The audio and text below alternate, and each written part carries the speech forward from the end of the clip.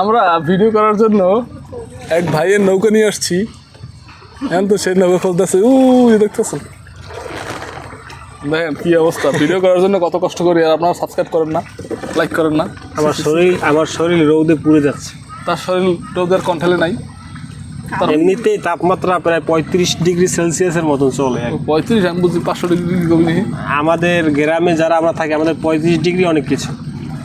আমরা রোদ এমনি বাইরে নাকি, আমরা এমনি রোদে বাইরে না। শহরের পরিবেশ থেকে গ্রামের পরিবেশ হাজার গুণে ভালো, অনেক মনোরম। আমরা বুক ভরে নিঃশ্বাস নিতে পারতেছি।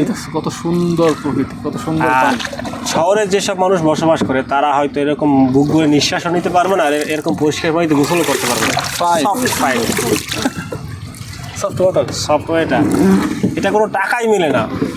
এখানে দেশে বসে যদি আমরা কিছু আয় রোজগার কমও করি, তাও গ্রামে গ্রাম ভিলেজে গ্রামের সাথে কোনোদিনও শহরের মিল পাবেন না, তুলনা হবে না। তুলনা হবে না কোনো টাকার বিনিময় না। আপনি শহরে গিয়ে 40-50 হাজার টাকা আর্ন করেন প্রতি মাসে, তা আমরা গ্রামে বসে 15,000 টাকা আর্ন করি, তাতেই আমাদের আলহামদুলিল্লাহ মনে শান্তি থাকে আলাদা, শান্তি থাকে আলাদা।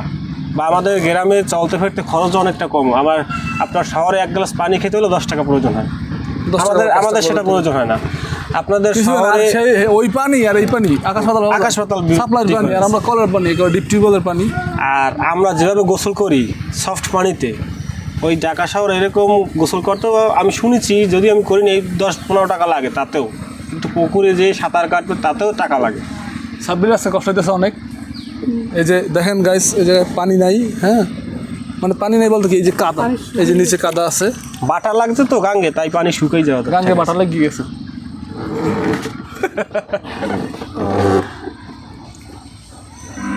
এই যে আমাদের এটা কি সারা জানো সাব্বির, ওটাও কি সিমলি সারা? এটা হাওয়া উঠছি স্যার, এটা হলে সাদা উঠছে, সাদা উঠছি। ওটা সিম বলে, অনেকে উড়শি বলে, যে যার নামে ডাকে। সাদা সিম, সাদা সিম। ওই সাইডে করলা চারা আছে না, মানে ওই যে কি রোদের কারণে ফোনের হিট এত হয়েছে যে 4K করতে মানা করতেছে। গাইস আমরা হচ্ছে এই নৌকা নিয়ে গেছিলাম এখান দিয়ে ভিডিও করার জন্য। এই হচ্ছে নৌকার মালিক আবুল বাসার ভাই, আমাদের শ্রদ্ধেয় বড় ভাই। গায়ে জামা নাই, লুঙ্গি। এমনিতেই লোকটা ভালো, কিন্তু ক্যারেক্টার একটু ঝামেলা শুধু। জুতো দে। আবুল ভাই তুমি কিছু মনে করো না, তোমার নৌকাটা না বলে নিয়ে গেলাম।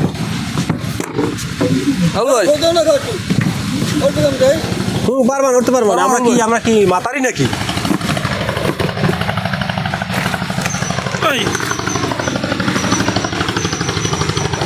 যাবো কোথায়?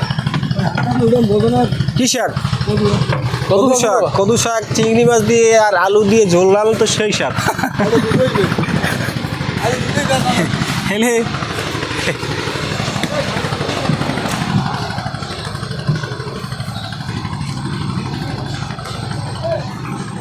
এই যে নৌকায় যত সময় ছিলাম খুবই ভালো লাগতেছিল, কিন্তু এখন রাস্তা ছিল খুব একটা ভালো লাগে না। লাগে একটা কথা, খুব আমার দুঃখের বিষয় যে আমাদের রাস্তাঘাট তেমন একটা ভালো না। এর জন্য আমরা অনেক দিক যাইতে পারি ঠিক মতন, সমস্যা হয়, বা বেশিরভাগ ক্ষেত্রে আমাদের নাও ব্যবহার করা লাগে।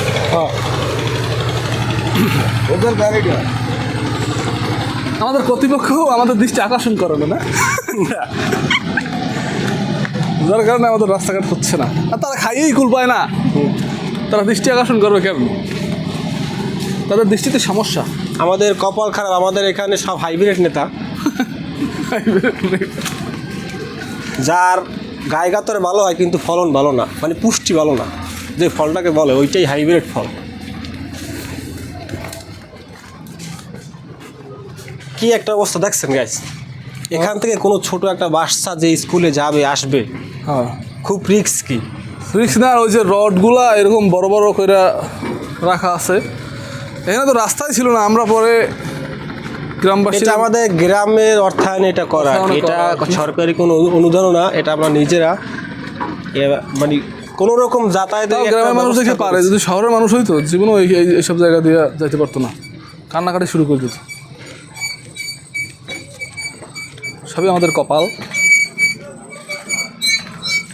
একটা খাল পাড়ি দিতে আমাদের 2-3 ধরনের চারের ব্যবহার করতে হয়।